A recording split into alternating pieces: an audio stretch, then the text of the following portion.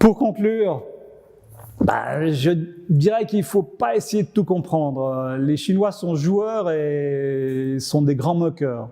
Et un ami m'a dit un jour qu'ils font semblant de respecter tous ces sinophiles étrangers. Certains s'habillent avec le col traditionnel Mao, mais que par derrière, tous mes amis rigolent finalement, ils ricanent bien.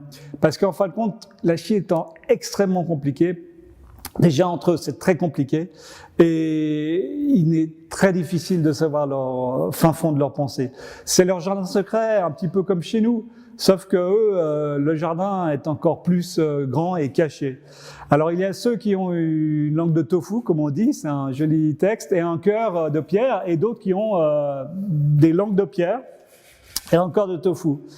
Et on croit percevoir des fois la vérité, mais c'est pas toujours la vraie vérité. Et inversement, les années de certains étrangers qui pensaient pouvoir s'approcher de la vérité, par moments, ils ont été déçus de plus rien comprendre. Et c'est selon les périodes et les expériences que l'on a. Des fois, on comprend tout, des fois moins.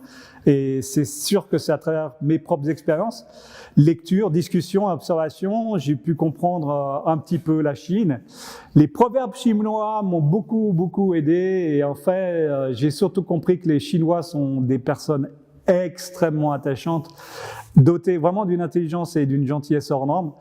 Et ils sont fidèles vraiment en amitié et quand ils se sentent que l'on s'intéresse à eux sans les juger, d'égal à égal, tout fonctionne très bien. Eh bien, nous sommes ravis d'avoir eu Christian et son expérience et nous vous remercions de votre attention.